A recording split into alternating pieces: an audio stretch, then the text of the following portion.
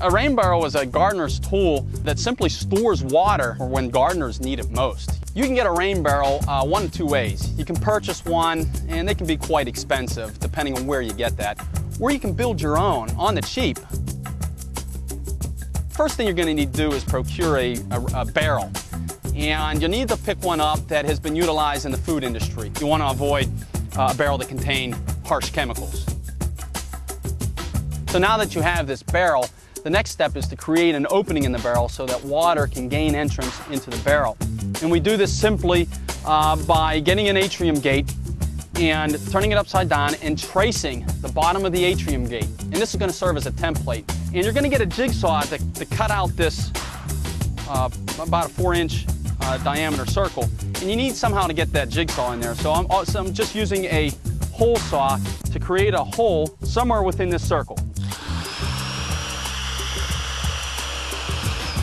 And you simply place the jigsaw within that little hole that you created with the hole saw, and you start cutting. Now this is going to take a little bit of time because it is thick plastic. All right, so the next step is, after you've created this hole in the top of the barrel, is to put in your atrium gate. And this atrium gate simply filters out the leaves and twigs that come off the roof, come down the downspout, and you want to prevent them from accumulating in your rain barrel. One concern with rain barrels is mosquitoes. Mosquitoes can get through this atrium gate. And so you can use some drain sleeve. Cut off about a 4 to 5 inch section. And at one end, you're going to want to tie a knot, almost kind of like a hat. And you take out your atrium gate, put it around the lip, just like this.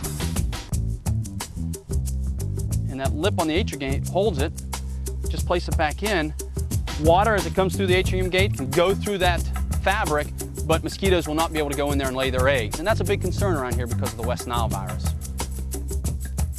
The next step we want to do is create an overflow valve. We want it somewhat below the atrium gate so that the water is not sitting high in the atrium. Next, you want to get a male fitting that has a barb at one end and simply screw it into the hole that you have drilled.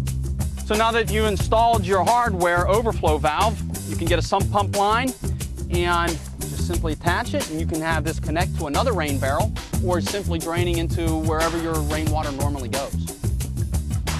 The final step in this rain barrel construction is creating the spout at the bottom where you're going to draw water or withdraw water from the rain barrel.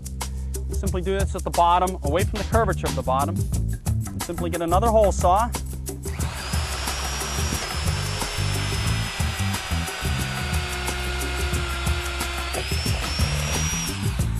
So now you get your male insert, again with a barbed end, and you just screw it into the hole that you've drilled, just like you did with the overflow valve.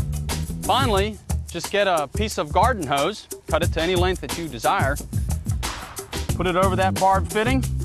You might want to put a hose clamp on there to keep it nice and snug, and just hook it up to the top here.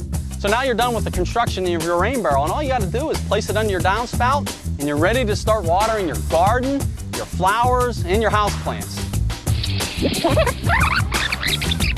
Creating a rain barrel is relatively simple. First thing you need to do is get a barrel. You get that from a food service agency. Creating a hole at the top of the barrel for entry of the rain.